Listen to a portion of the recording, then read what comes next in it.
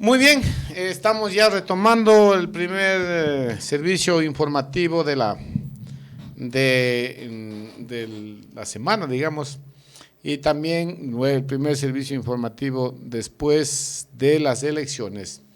Y vuelvo a insistir en este comentario, que es muy importante, en tiempo de campaña muchas personas nos hicieron algunos comentarios como que muy sospechosos en contra nuestra, de que habíamos dado resultados para favorecer a unos, perjudicar a otros.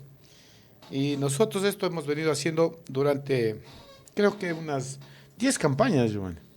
Este año nos valimos de una empresa seria, bolivarense, que dirige el ingeniero Javier Montalvo, para que dé los resultados. Y yo decía una cosa: las encuestas se difunden en redes sociales a diestra y siniestra. Sin embargo, nadie se responsabiliza o se pone al frente y da el nombre y dice, si la encuesta sale mal es porque yo hice mal el trabajo o porque me equivoqué. Y es más, la mayor parte de encuestas que se publican en redes sociales son falsas, ¿no? Ustedes, si publican alguien ha llegado a un candidato, está primero y el resto está abajo. Si publican, entonces, por esta cantidad de falsedades que se publican en redes sociales, aquí en la radio tomamos la decisión de invitar al ingeniero Montalvo, porque primero vemos que es una empresa con nombre, con representante, con dueño, y hoy vamos nuevamente, como todas las elecciones, a poner a prueba la credibilidad de esta empresa dirigida por el ingeniero Montalvo y también de este medio de comunicación. Ingeniero, muy buenas noches, bienvenido. ¿Y cómo estuvo el acierto de su empresa en los pronósticos, digamos, de las nuevas autoridades de la provincia? Bueno, estimado licenciado Germán, muchas gracias por la invitación. Como lo hicimos con la seriedad y la frontalidad el día que usted nos pudo invitar, que era uno de los últimos días ya para emitir pronósticos electorales en medios de comunicación, nosotros dijimos que vendríamos al día siguiente a dar la cara y decir qué tanta credibilidad tendrá nuestra empresa a futuro y cuál es la credibilidad que la empresa sigue teniendo después de este proceso. Y es el tercer proceso que nosotros hacemos esto oficialmente, dando nombre y dando cara a las encuestas, que creo que es lo más importante. Si es que podemos hablar, nosotros hablamos desde el tema prefectura, donde nosotros dijimos que el primer lugar es para Aníbal Coronel, el segundo lugar es para Javier Bosques, el tercer lugar es para Felipe González, el cuarto lugar es para William Montero, el quinto lugar es para Ángel Pachala. Hemos tenido un acierto de los 5 primeros puestos. De hecho, si es que nosotros vemos ya incluso la intención del voto del sexto para abajo prácticamente coincide en todo. Aquí el único error que tuvimos es en que Paola Tamayo nosotros la poníamos en séptimo lugar y termina en octavo, el séptimo termina siendo para Osvaldo Valles y el último William Aguawiñi.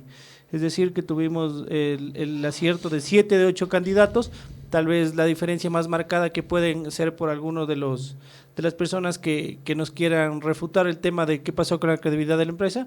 Es fácil explicar que el día de las elecciones del indeciso también se impulsó a votar por el candidato que estaba en primer lugar y esto aumentó la diferencia con el segundo lugar, pero como siempre lo hemos dicho nosotros desde que creamos la empresa, siempre estamos para transmitir el sentir de la ciudadanía. Y nosotros hicimos el sentir, desde siempre hemos dicho que el primer lugar era para Aníbal Coronel, no ha variado la tendencia. Simplemente al final creo que terminó siendo una diferencia mayor con el segundo que fue Bosch. Esta encuesta, la que presentamos aquí en la radio, ¿qué tiempo antes de las elecciones fue? Estamos hablando de 15 días antes de las elecciones.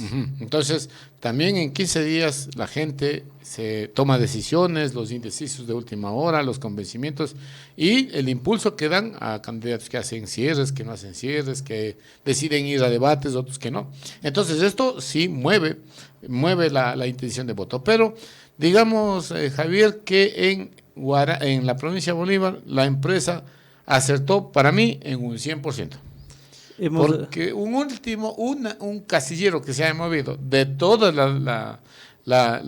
pronóstico que hicimos a través de Radio Espacio, eso no es absolutamente, ni siquiera llega al error no es cierto, o sea, ni siquiera eso, o sea, acierta con mucho más precisión de la que se debería hacer. Bueno, vamos, Guaranda, Javier.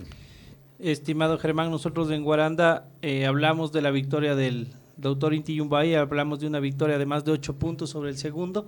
hablábamos de que siempre hubo la tendencia de que Inti Yungay sea el nuevo alcalde de Guaranda, tanto con una ventaja en urbano que no rural.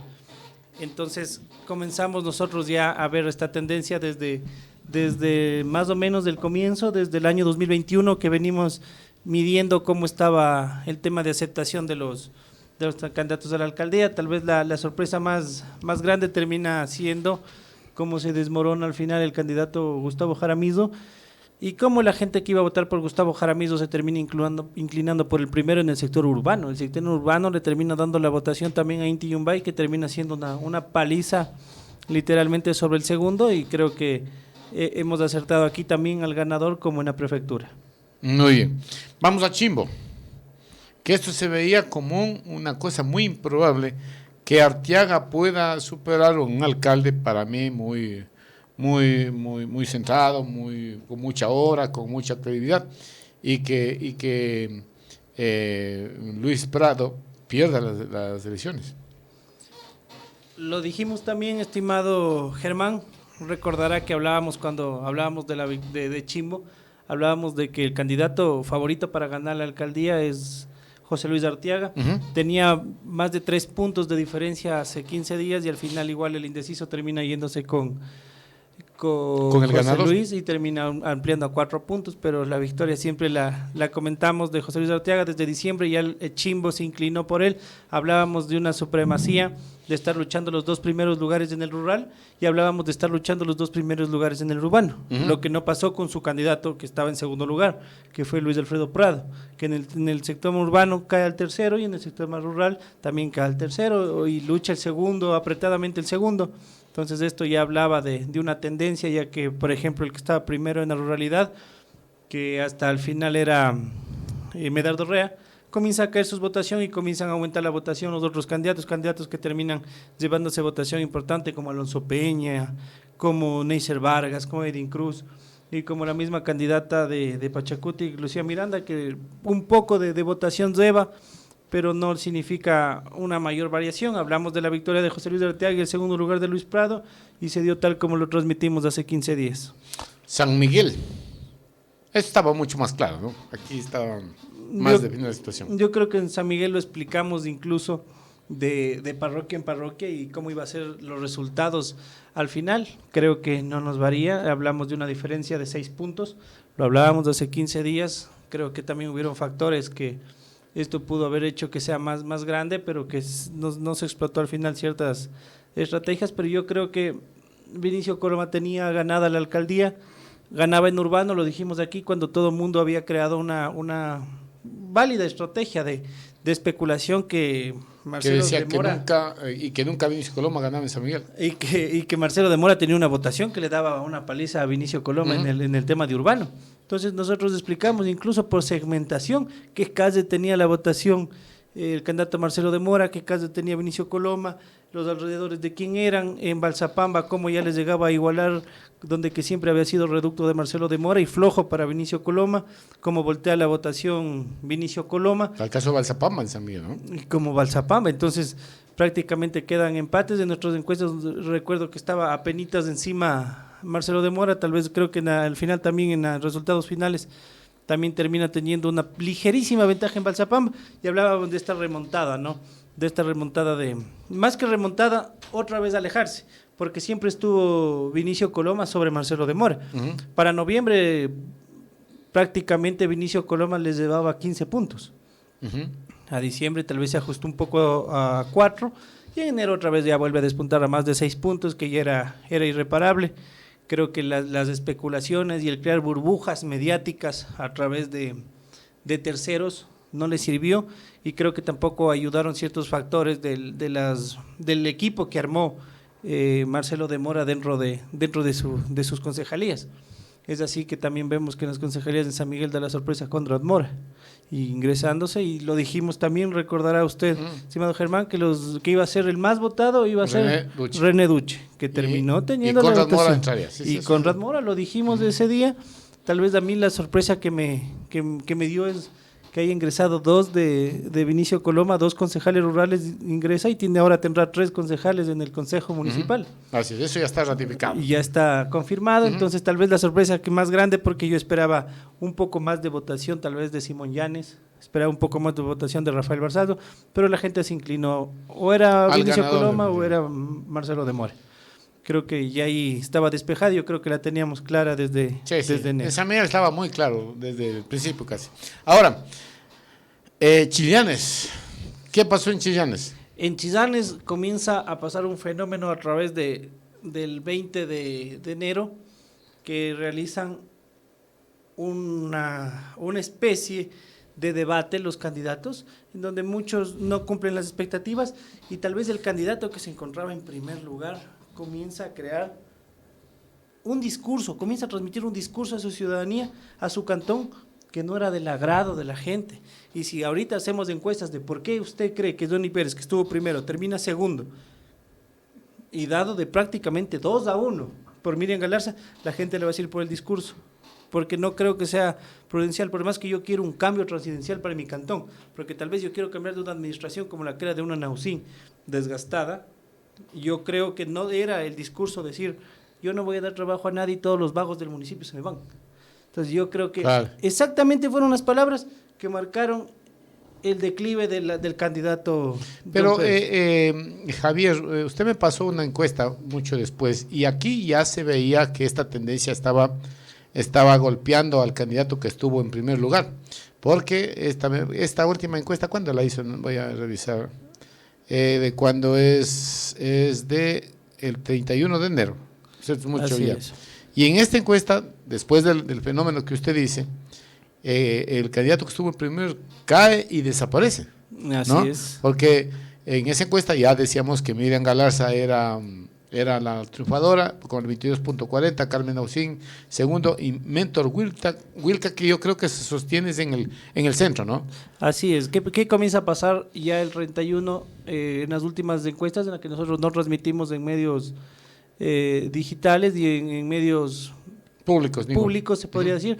Es porque respetuosos de la ley no se puede hacer la transmisión por medios de comunicación. Entonces no lo hicimos, nosotros transmitimos a los amigos, transmitimos a la ciudadanía en general la última encuesta cómo quedaría y ahí ya se vio la victoria de Miriam Galarza bastante. Y el desplome de John Pérez, que caía en momentos de Huacar en cuarto lugar después de un discurso, lo que significa decir 5 palabras mal dichas en política es impresionante.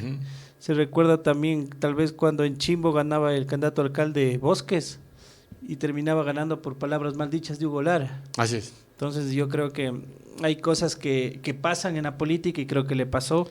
Miriam Galarza comienza cuando ya ven que la segunda opción es Nausín, la gente comienza a darle la votación a Miriam Galarza increíblemente grande. O sea, la gente dijo, si estoy entre Nausín y estoy en Miriam Galarza, que es la nueva, me voy con Miriam Galarza, y se inclinó todo el indeciso.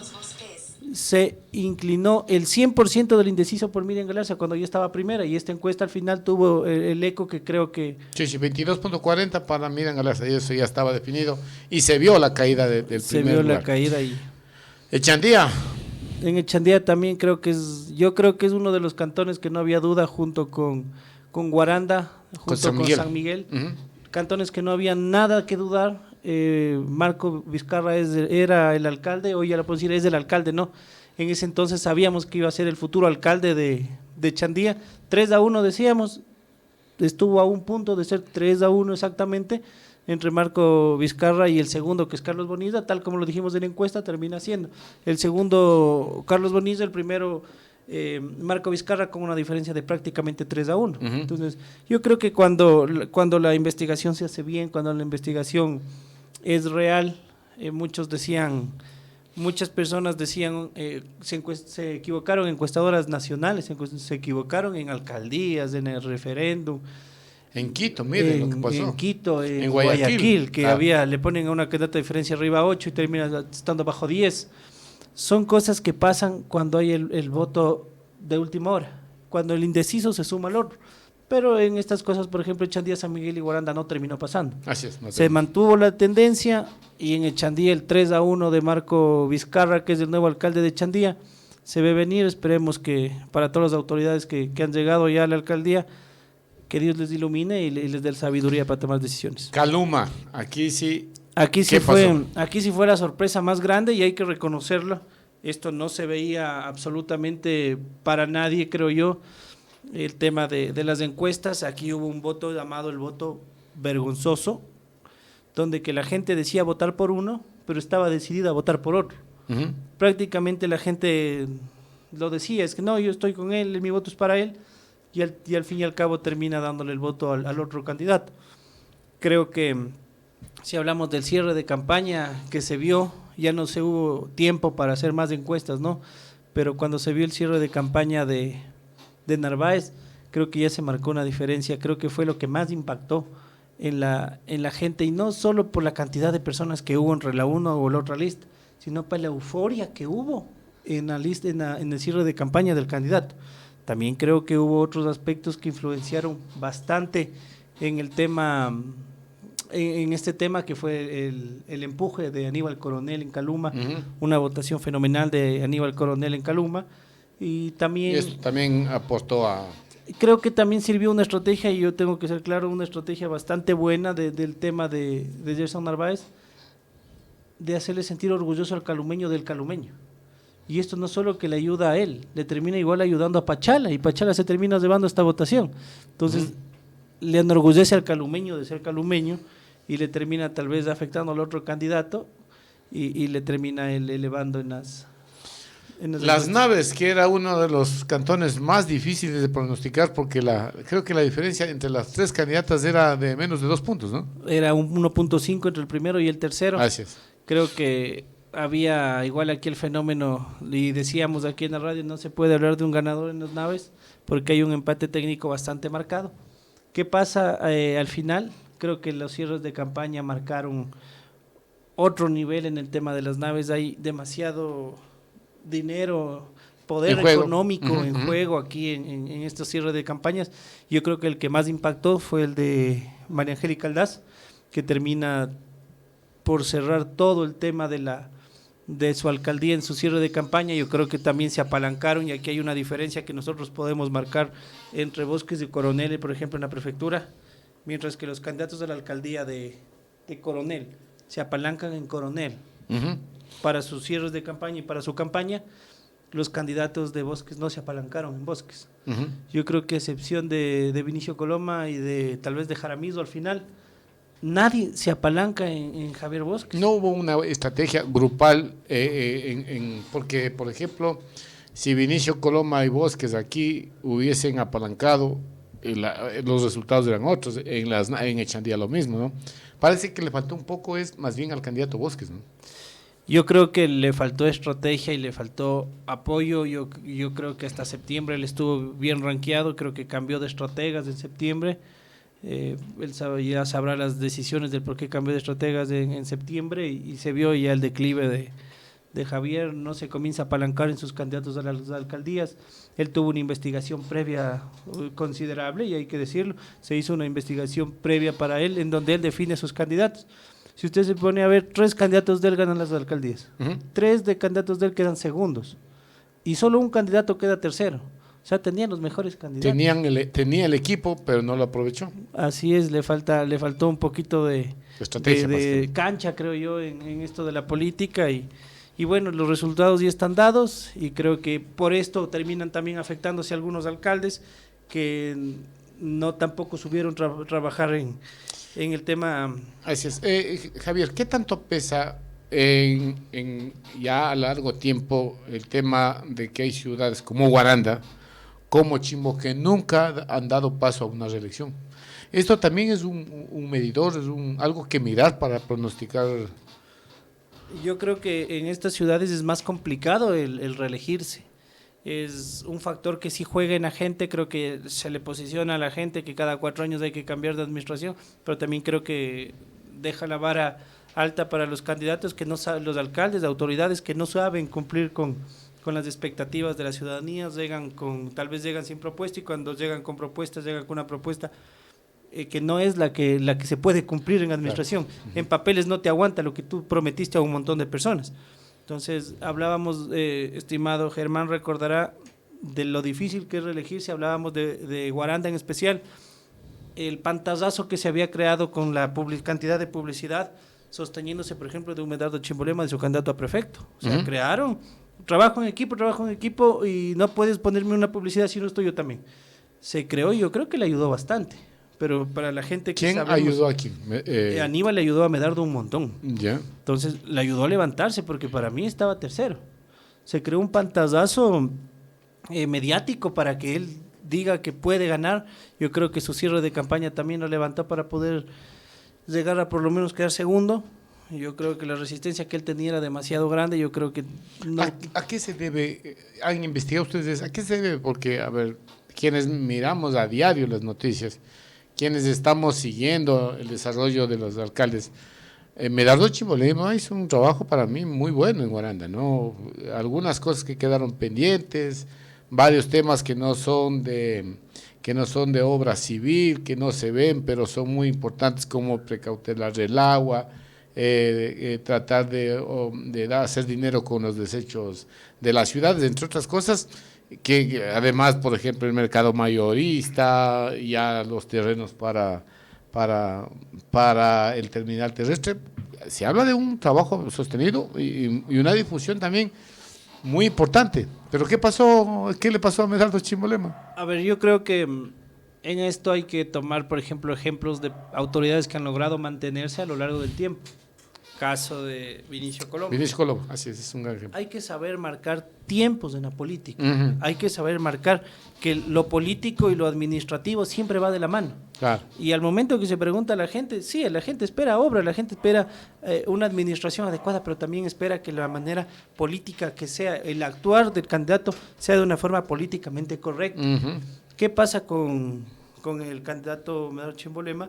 Comienza a hacer obras. Yo creo que hubieron directores muy rescatables en su administración, el caso de Lenín Sánchez, que tenía una planificación adecuada, creo yo, de lo que se rescata, pero hubieron personas que a él, en vez de sumarle la tradicional escuela Pachacuti, sabemos que Pachacuti es quien representa los valores de ideología de equidad e igualdad para el pueblo indígena y el pueblo y todas las nacionalidades que puedan formar parte de Pachacuti, por eso el pluriculturalidad. Entonces comienzan a hacer el mismo segmento de siempre, el mismo segmento, la misma persona que estuvo en el gobierno provincial con Fabián Aguilar, la misma persona que estuvo en el mismo departamento con Ramsés Torres. O sea, se comenzó a ver rodeado él del mismo círculo, de las mismas personas que llegaron a tomar la decisión y no pudo tomarlos de él.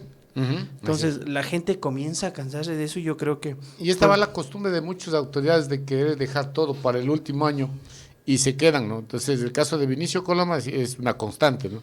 Coloma inaugura obras todos sus 4 años de administración, en este caso los 8, pues, puentes, carreteras, coliseos, sistemas de aguas. Hay inauguraciones todo el tiempo. En cambio, la teoría, lo que pasó con Ramsés Torres, también quiso, pero no pudo. Yo creo que ahí también, o sea, sí, si hablamos del tema, bueno, ya hablamos del tema personal que te rodea, que yo creo que te crea una resistencia a nivel ya del mismo movimiento. Te crea una resistencia que el mestizo esté dominando sobre el propio indígena en una administración indígena.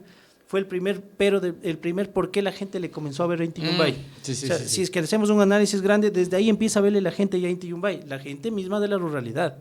Entonces, luego, ¿qué pasa? No dosificas tus épocas. Y aquí yo, por ejemplo, a Medardo, no le diría mucho que esto fue culpa de él.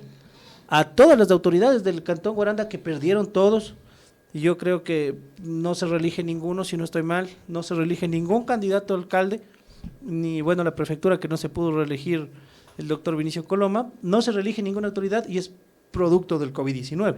Había un estudio previo en el 2021 en donde se decía que solo el 4% del Ecuador reelegirá a sus autoridades. Y estos factores habían que tomarse en cuenta también al momento de hacer la estructura de los cuadros. Y de tomar la decisión, ¿no? Así es. Sí, o sea, yo creo que, por ejemplo, la persona que vio los cuadros en suma, y esto tiene que la persona que dijo, hay que ponerle de alcalde a Luis Prado y a Cintia Solano, que son buenos cuadros y fueron buenas de administración, pero basados en los estudios, de la influencia, del que no se reelige, no porque hayan sido malos, sino porque lamentablemente estuvieron en el COVID, tiene que decir, yo soy el culpable de no haber puesto 5 alcaldías consuma. Claro que sí. Entonces, yo creo que son errores que también hubiesen potenciado más al candidato. Esto le termina pasando a Medardo Chimbolema. No dosifica, como usted dice, todo al final.